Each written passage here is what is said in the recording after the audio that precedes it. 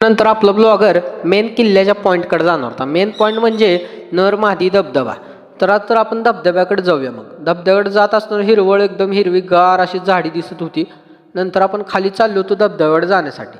त्यानंतर आपला ब्लॉगर म्हणला पहिल्यांदा एक बुरुज दिसतंय त्या बुरुजावर जाऊया. त्या बुरुजावर गेलो. नंतर तिथनं परत खाली गेलो आम्ही धबधब्याकडे जाण्यासाठी. धबधब्याकडे येऊन पोचलो होतो आम्ही आणि धबधब्याचा शूट घ्यायला लागला आता आपला ब्लॉगर. धबधबा एकदम खळखळखळ असा वाहत होता. त्यानंतर काय आपण फोटो शूट केले सगळ्यांसोबत. त्यानंतर सेल्फी बिल्फी वगैरे काढले. नंतर आपला ब्लॉगर म्हणला आता मेन मोठ्या बुरुजाकडे निघालो आपण.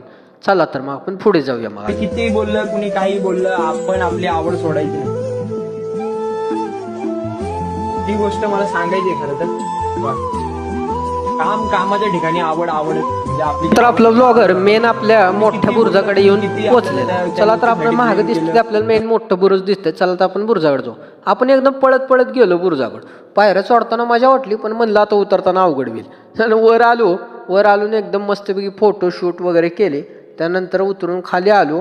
नंतर आपला किल्ला मस्तपैकी फिरून झाला होता आणि सर्वांना आपण ब्लॉगमध्ये घेतलं ना आपण आता जाऊया म्हणलं. आपला किल्ला तर मस्तपैकी बघून झालेला आहे.